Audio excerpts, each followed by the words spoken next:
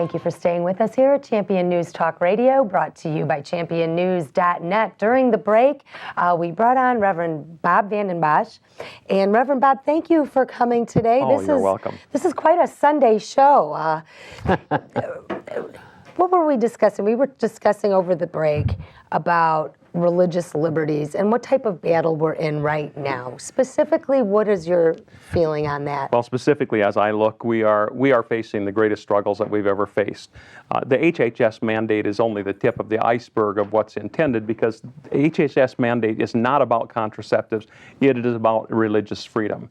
In earlier segments, you looked at what was happening and how it affected the Catholic Church. Just this past week, some Baptist colleges have filed a lawsuit against it. Hobby Lobby has filed lawsuits against it because the owner said, wait a second, this violates our religious beliefs as well.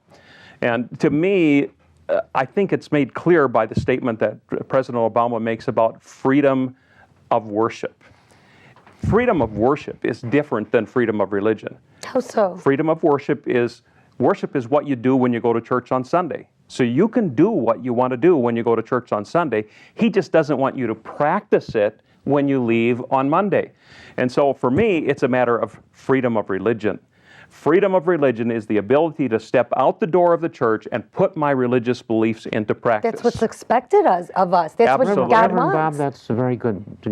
Keep going. That's a good distinction. Well, you're going to make me preach. You got to watch it here. Sunday, so it's it is Sunday. Sunday. So, I think that there's that whole attempt to exclude believers and to exclude people who have biblical foundations from the process today. Back in the early days of our nation, in the state of Georgia, there was somewhat of a similar attempt, because when they put together their constitution, they said pastors cannot hold public office.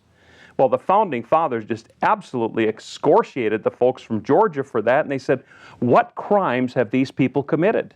They're not criminals. They have a right to participate. I was in a discussion with a bill in Springfield with a group of the attorneys groups, and we were discussing the bill, and one of the staff members said to me, he said, well, what's the difference between you and a social worker? I said, well, a social worker cares for people in time. We care for them for time and for eternity. But at the same time, he said, I don't think it's right that you're a reverend and that you're lobbying. That's interesting. Now, maybe our listeners don't know that you are a reverend and you actually go to Springfield and lobby. Yes. But doesn't that hurt your 501c status? I mean, isn't that controversial? Oh, we have absolutely every right to step in and deal with issues. And these are issues that are foundational to our faith. And we not only have a right to do it, we have a responsibility to step in. We have a responsibility to stand up. And when the laws start violating our faith, we need to be like Daniel. When the king went ahead and had his advisors come to him and say, "O king, live forever," we should have them pray to nobody but you. We should be objecting that our president keeps bringing Arab beliefs into the politics of this country. What's he doing? Actually, he's got the right to do it, even though Yes, he does. He signed up to be president and he took a certain oath that gets contradicted by the kind of religion that he studied and espouses himself. Right. He says but he's still, a Christian. He has a divided thing. When he took an oath not to do that, and the other, which we should hold him accountable to, and the other part of it is that we all have the right to be damn fools, or to espouse whatever cuckoo ideas or great ideas, hopefully good ones, but we have the right to be a damn fool. We have a right of conscience in the United States. And why put the speaking about religious issues below the rights of the idiot? Absolutely. You know, Reverend Bob, there are very big churches in our area. And as a pastor, as a reverend, isn't it their stewardship to lead the flock appropriately? Absolutely. Why do you not see some of these big churches and these leaders not stepping forward to direct the flock in the right way? I've had people approach some of these pastors and say, you know, we'd like to have Reverend Bob come here and speak. And they say, oh no, we'll jeopardize our 501c3 status. And so, is that true? No, it absolutely would not jeopardize the 501c3 status. Are they afraid they're going to turn people off from Christianity if they tell them the truth? I think they're afraid they're going to turn people off from coming to their church. And the reality is, the message, we can't compromise the message of the gospel.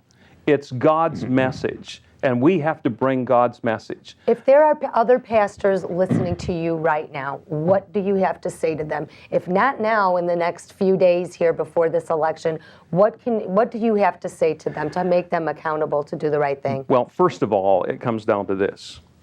If we don't stand up for our rights and stand up and get involved in voting, then we're going to abdicate all of these rights and turn over all these rights and lose the rights. Jesus told the parable about the steward, and in Luke chapter 16, he talked about the unfaithful steward. And it was said of the unfaithful steward, you'll lose your stewardship because you've been unfaithful. Well, we have been given a stewardship in the United States. God has given us a government of the people, by the people, for the people. We have the stewardship of government in our hands. And if we fail to carry out our responsibilities in that, the right to that, But what He can about take the it away. pastors the right to specifically? that Is stewardship, the right to that stewardship was not given to you by this government. It was given to you by the Constitution that says Right. we have can a contract that governs our nation. It is the top law of the nation, which is called the Constitution. Yeah. And we are governed underneath that Constitution, and that is under which under which we should practice. We should not exclude religion, particularly the Christian religion, from the marketplace. It Absolutely. belongs in there, like when Socrates marched around. Why bar the Christians uniquely from it, which these idiots are trying to do to the Christian religion? Is there a war on Drive it out. Christianity by this government? Oh, I believe that there is a war on Christianity. There's a war on religious faith.